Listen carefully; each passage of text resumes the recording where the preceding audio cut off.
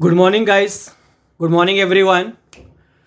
आज हम लोग स्टार्ट करने वाले हैं चैप्टर नंबर 1 का प्रिंसिपल ऑफ मैनेजमेंट का। हम लोगों ने 2 क्वेश्चन किया था। जिन बच्चे लोगों ने अभी तक वो वीडियो देखा नहीं है, आप जाके चैनल पे मेरे वो 2 वीडियो दे सकते हैं। पहला क्वेश्चन मैंने आपको बताया था, explain the nature, feature and characteristics of principle of management. Second question हम लोगों ने किया था, what are the importance and significant of principle of management. आज हम लोग करने वाले हैं बहुत ही इंपॉर्टेंट क्वेश्चन आप लोगों का है। पहले के जो 12वीं के बच्चे हैं, आप उनसे पूछ सकते हो कि ये जो क्वेश्चन है वो कितना इंपॉर्टेंट क्वेश्चन है। इसे कहते हैं हेनरी फेयोल का 14 principal of management. Henry Fayol जो थे वो एक फ्रेंच माइनिंग इंजीनियर थे। उन्होंने उस कंपनी के अंदर काम करके जितनी भी कंपनी के प्रॉब्लम होते हैं उन सभी प्रॉब्लम का उन्होंने लिस्ट बनाया।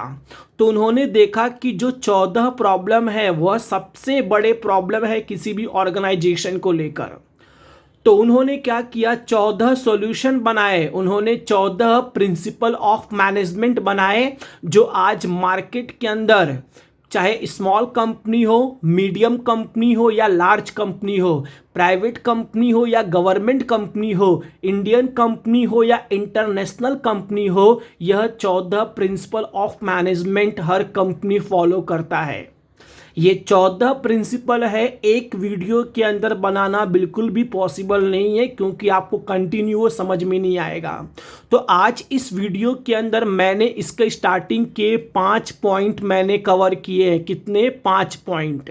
ओके, तो सबसे पहले हम लोग स्टार्ट करेंगे उसका मीनिंग। ओके, तो हमारा बच्चों क्वेश्चन क्या है? Question number 3, Henry Fayol administrative theory of management, जिसको बोलते हैं हेनरी फेयोल के 14 principal of management.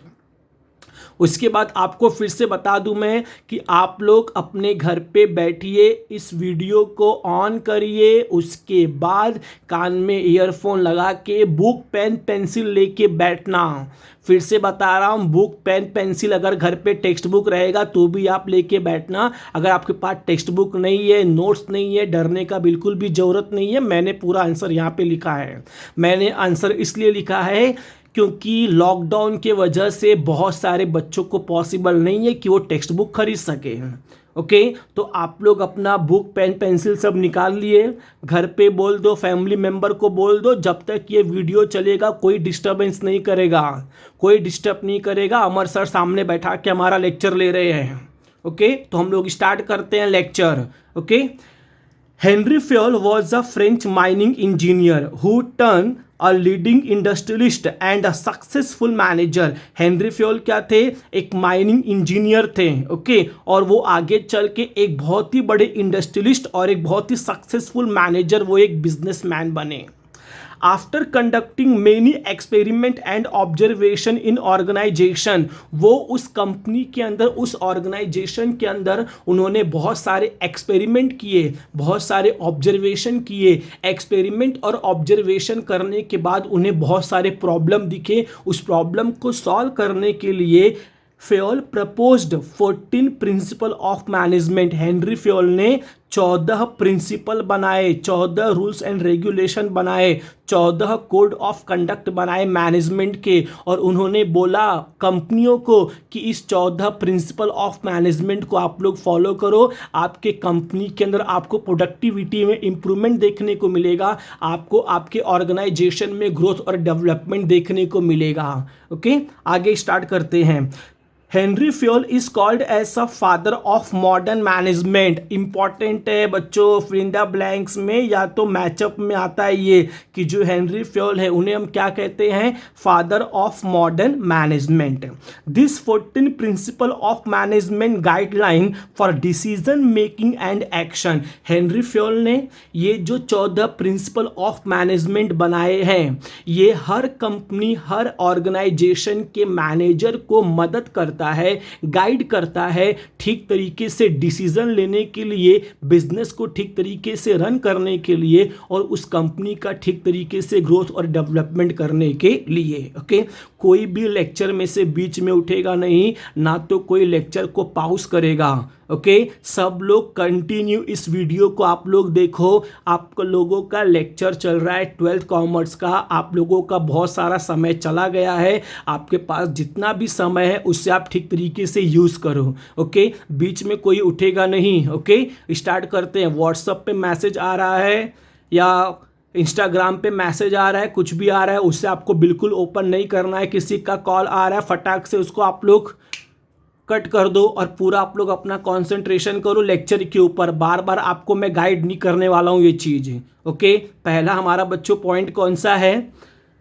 Principal of division of work. Division मतलब होता है डिवाइड करना, वर्क मतलब होता है काम। आपको पहले बता दूं मैं, principal of division of work का मतलब क्या होता है। किसी भी कंपनी के अंदर, किसी भी ऑर्गेनाइजेशन के अंदर अलग अलग हमें काम देखने को मिलते हैं। जैसे प्रोडक्शन हो गया, मार्केटिंग हो गया, एचआर हो गया, फाइनेंस हो गया, सेल्स हो गया, एडवर्टीजमेंट हो गया, पब्लिक रिलेशन हो गया। तो कंपनी के अंदर, ऑर्गेनाइजेशन के अंदर जितने भी काम हैं उस काम को डिवाइड करो और जो बंदा जिस काम में एक्सपर्ट है उससे वह काम देना, उसे बोलते हैं division of work and specialisation.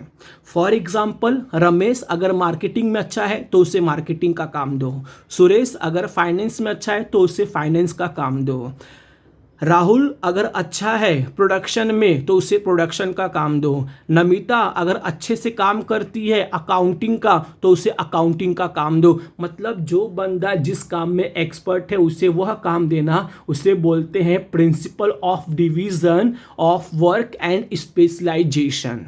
Okay, according to this principle, the work is divided into different kinds such as technical, financial, commercial, security operation, accounting and managerial. इस प्रिंसिपल के हिसाब से कंपनी के ऑर्गेनाइजेशन का जो भी काम है उसे अलग अलग पार्ट में डिवाइड करो। जैसे कंपनी में हमें अलग अलग प्रकार के काम देखने को मिलते हैं। टेक्निक का काम हो गया, फाइनेंस का काम हो गया, कमर्शियल काम हो गया, सिक्योरिटी ऑपरेशन का काम हो गया, अकाउंटिंग हो गया, मैनेजरियल हो गया, प्रोडक्शन हो गया, मार्केटिंग हो गया, एचआर हो गया, फाइनेंस हो गया, सेल्स हो गया।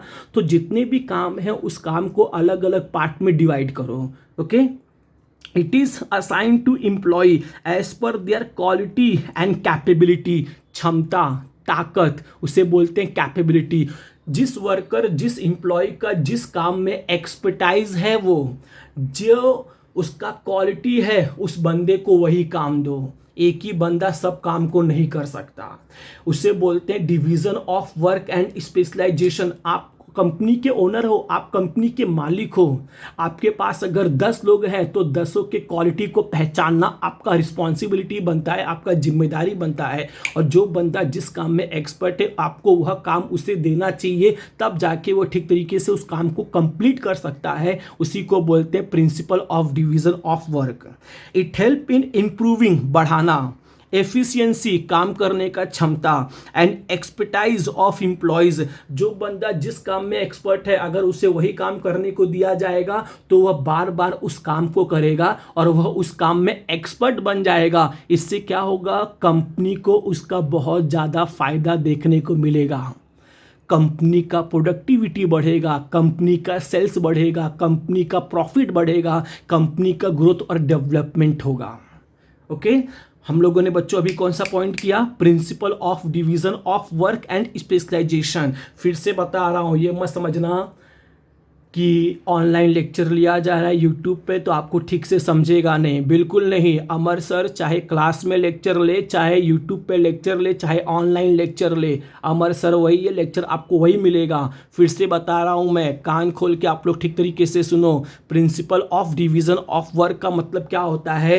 कंपनी के अंदर, ऑर्गेनाइजेशन के अंदर काम को ठीक तरीके से डिवाइड करो और जो बंदा जिस काम में एक्सपर्ट है उसे वही काम दो। उसी को बोलते हैं division of work and specialization. Okay, now we'll start with the second point. Second हमारा कौन सा है? Principle of authority, authority and responsibility. Okay. Authority मतलब क्या होता है, अधिकार। रिस्पॉन्सिबिलिटी मतलब क्या होता है, जिम्मेदारी। ऐसे कान में और हाथ में पेन लेने से काम नहीं चलेगा, मीनिंग आप लोग लिख के लो। बहुत सारे बच्चे 12th कॉमर्स में आ जाते हैं लेकिन उन्हें वर्ड का ठीक तरीके से मीनिंग पता नहीं रहता है, फटाक से लिखो। अथॉरिटी मतलब क्या होता है, अधिकार। मुंह से बोलो भी, अथॉरिटी मतलब क्या होता है, अधिकार। रिस्पॉन्सिबिलिटी मतलब क्या होता है, जिम्मेदारी। ओके, आगे। Authority is the right to take decision. Authority मतलब क्या होता है, एक प्रकार का अधिकार। कौन सा, डिसीजन लेने का। It is necessary to get the thing done appropriately. Appropriately मतलब होता है सही तरीके से, फ्रॉम सबऑर्डिनेट। अथॉरिटी मतलब होता है राइट, अधिकार, एक डिसीजन लेने का। कंपनी का जो मैनेजर है उसके लिए बहुत ज़्यादा ज़रूरी है कि उसके जो सबऑर्डिनेट हैं, सबऑर्डिनेट मतलब होता है वर्कर, एम्प्लॉई, उनसे वो ठीक तरीके से काम करा के ले। Authority always come with the responsibility. Authority अगर आपको दिया गया है तो आपको रिस्पॉन्सिबल भी होना पड़ेगा। अथॉरिटी लेने से काम नहीं चलता है, अधिकार लेने से काम नहीं चलता है। अगर आपको अधिकार दिया गया है तो आपको उसका कर्तव्य भी निभाना पड़ेगा। अगर आपको अथॉरिटी है तो आप उस काम के लिए रिस्पॉन्सिबल हो, आप उस काम के लिए जिम्मेदार हो। Okay. If the manager is given the authority to complete a task within a given time, he should be held responsible. Task मतलब होता है काम, टास्क मतलब होता है काम, TASK, टास्क मतलब होता है काम। अगर मैनेजर को कोई काम दिया गया, अथॉरिटी दिया गया कंप्लीट करने के लिए, तो वह उसका जिम्मेदारी होता है कि वह उस काम को ठीक तरीके से कंप्लीट करे। If he does not complete the work in a given time, अगर मैनेजर उस काम को सही समय पे कंप्लीट नहीं कर रहा है, manager should have proper authority to take managerial decision on his own in respect to the goal. अगर मैनेजर को ऐसा लग रहा है कि ठीक तरीके से कंपनी में काम नहीं हो रहा है, ठीक तरीके से उसके वर्कर और एम्प्लॉय परफॉर्म नहीं कर रहे हैं, तो मैनेजर का अथॉरिटी है, उसका रिस्पॉन्सिबिलिटी है कि खुद वो अपना डिसीजन ले और खुद अपने डिसीजन से वो इनिशिएट करे, वो आगे बढ़े, अपने वर्कर और एम्प्लॉय को आगे बढ़ाए और दिए हुए डेडलाइन में, दिए हुए समय पे उस काम को ठीक तरीके से वो कंप्लीट करे। उसे बोलते हैं अथॉरिटी एंड रिस्पॉन्सिबिलिटी। फिर से बता रहा हूं मैं, जब कभी भी किसी मैनेजर को अथॉरिटी दिया जाता है मतलब उसे अधिकार दिया गया, उसे अधिकार दिया गया तो वह उसका जिम्मेदारी बन जाता है कि कंपनी का जो भी काम है उसे वो ठीक तरीके से कंप्लीट करे। अपने वर्कर और एम्प्लॉय के काम को लेके वह रिस्पॉन्सिबल होता है। अगर काम ठीक तरीके से कंप्लीट नहीं होगा तो आगे चल के कंपनी का जो मालिक है, कंपनी का जो ओनर है, वह किससे पूछेगा, कंपनी के मैनेजर से। इसीलिए मैनेजर का अथॉरिटी और रिस्पॉन्सिबिलिटी बनता है कि दिए हुए टाइम पे उस काम को ठीक तरीके से कंप्लीट किया जाए। ओके, आगे बच्चों हम लोग स्टार्ट करेंगे। किसी को रुकना नहीं है बीच में, पानी पीने के लिए नहीं रुकना है, वॉशरूम के लिए कहीं नहीं जाना है। थोड़े टाइम का हमारा बच्चों लेक्चर चलेगा, आपको कंटिन्यू उससे देखना है। Okay, principle of discipline. Discipline मतलब क्या होता है, अनुशासन।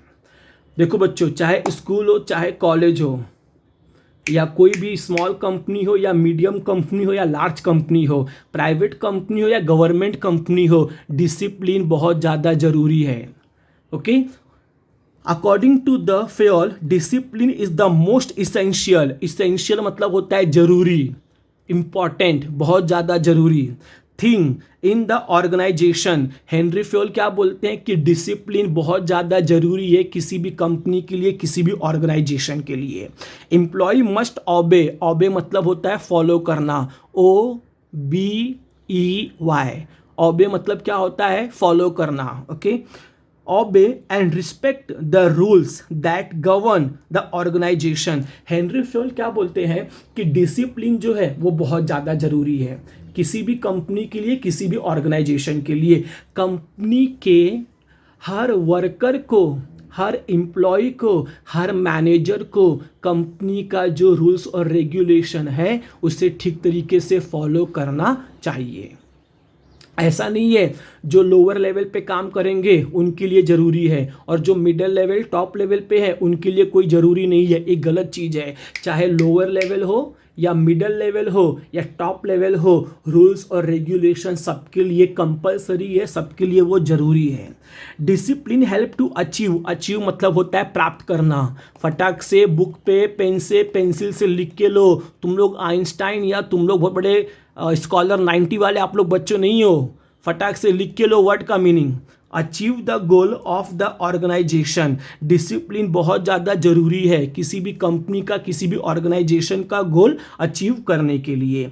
Basic discipline must be observe at all level of management. Observe मतलब बच्चों क्या होता है, देखना। जो बेसिक प्रिंसिपल होते हैं उसे फॉलो करते हैं, चाहे लोअर लेवल हो गया, चाहे मिडिल लेवल हो गया, चाहे टॉप लेवल हो गया। मतलब बच्चों प्रिंसिपल ऑफ डिसिप्लिन मतलब क्या होता है, हेनरी फ्योल ये बोलते हैं कि किसी भी कंपनी, किसी भी ऑर्गेनाइजेशन के अंदर जब तक डिसिप्लिन नहीं रहेगा तब तक कोई भी काम होने वाला नहीं है।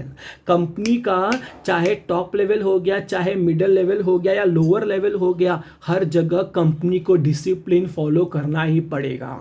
जितना डिसिप्लिन, अनुशासन वर्कर के लिए, एम्प्लॉय के लिए है, उतना ही डिसिप्लिन, उतना ही अनुशासन कंपनी के मैनेजर के लिए भी है, कंपनी के सीईओ के लिए भी है, कंपनी के एमडी के लिए भी है। ओके, क्योंकि बिना डिसिप्लिन के ठीक तरीके से काम होने वाला नहीं है, कंपनी का सक्सेस बिल्कुल भी होने वाला नहीं है। ओके, नेक्स्ट पॉइंट बच्चों हम लोग स्टार्ट करेंगे। कोई उठेगा नहीं, बीच में कोई वीडियो को रोकनेगा नहीं। व्हाट्सएप पे मैसेज आ रहा है, कुछ भी आ रहा है, साइट में करो उसको। आप लोग पहले लेक्चर पे आप लोग अपना पूरा फोकस करो फटाफट। Principle of unity of command, unity मतलब क्या होता है, एकता, पता है ना। 1 2 3 4 5 पांचों अलग अलग हैं, एक साथ हो गए, ये हमारा बच्चों क्या हो गया, unity.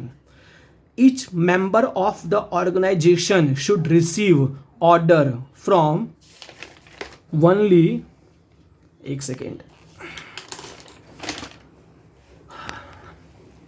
From only one superior. बच्चों यहां देखो जरा, हाँ आपको बता रहा हूं मैं, आप एक एग्जाम्पल समझो कि आप किसी कंपनी में काम करते हो और आपके वहां पे 5 बॉस हैं।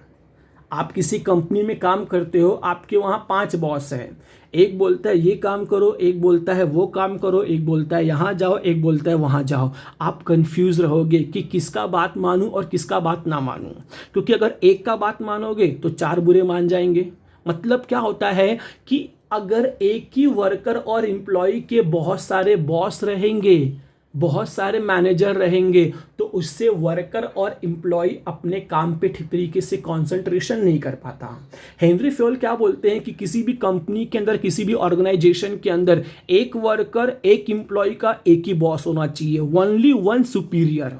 Okay, this principal help in managing conflict, लड़ाई झगड़ा विवाद, उसे बोलते हैं कॉन्फ्लिक्ट। लिख के लो, लिख के लो, सिर्फ आंख से देखो मत, तुम लोग का आंख बटन है, तुम लोग को समझता नहीं ठीक से क्या लिखा है यहाँ पे। कॉन्फ्लिक्ट मतलब क्या होता है, CONFLICT, लड़ाई झगड़ा विवाद, उसे बोलते हैं conflict.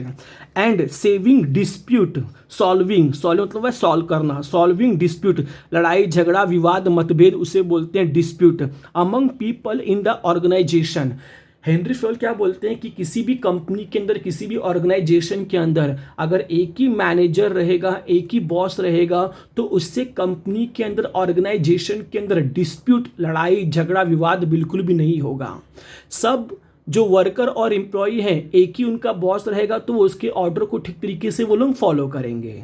Okay, if an employ receive order from more than one authority he will get confuse. अगर एक वर्कर, एक एम्प्लॉय बहुत सारे लोगों से अगर वो ऑर्डर रिसीव करेगा तो वो कंफ्यूज रहेगा ना भाई, कि मैं किसकी बात को मानूं, किसकी बात को ना मानूं। इससे क्या हो जाएगा, वो प्रॉब्लम में फंस जाएगा वर्कर और एम्प्लॉय। इसीलिए हेनरी फ्योल क्या बोलते हैं, किसी भी कंपनी के अंदर, किसी भी ऑर्गेनाइजेशन के अंदर एक वर्कर, एक एम्प्लॉय का एक ही बॉस होना चाहिए। Okay, and will not be able to take decision about whose order should be followed। अगर एक वर्कर, एक एम्प्लॉय के अगर 4-5 मैनेजर होंगे, 4 से 5 बॉस होंगे, तो वो हमेशा बच्चों क्या रहेगा, कंफ्यूज रहेगा कि मैं किसकी बातों को मानूं, किसकी बातों को ना मानूं। ओके, इसलिए बच्चों हेनरी फ्योल क्या बोलते हैं, हेनरी फ्योल बोलते हैं कि कंपनी के अंदर, ऑर्गेनाइजेशन के अंदर एक वर्कर, एक एम्प्लॉय का एक ही बॉस होना चाहिए, ज़्यादा उसके सुपीरियर बॉस नहीं होने चाहिए। अगर 2 3 4 अगर बॉस या सुपीरियर रहेंगे, मैनेजर रहेंगे, तो वह हमेशा कंफ्यूज रहेगा वर्कर और एम्प्लॉय कि मैं किसकी बात को मानूं, किसकी बात को मैं ना मानूं। ओके, लास्ट हमारा बच्चों जो है principle of unity of direction. Last मतलब इस वीडियो का, इसमें मैंने सिर्फ 5 ही पॉइंट कवर किए हैं, बाकी जो है वो नेक्स्ट वीडियो में आएगा। Okay, principle of unity of direction. Direction क्या होता है? एक दिशा दिखाना, सही तरीके से गाइड करना। आप मुझे बताओ, आपने किसी कंपनी को ज्वाइन किया और अगर वहाँ पे आपको ठीक तरीके से डायरेक्शन नहीं मिलेगा, आप ठीक तरीके से काम कर पाओगे क्या? बिल्कुल नहीं।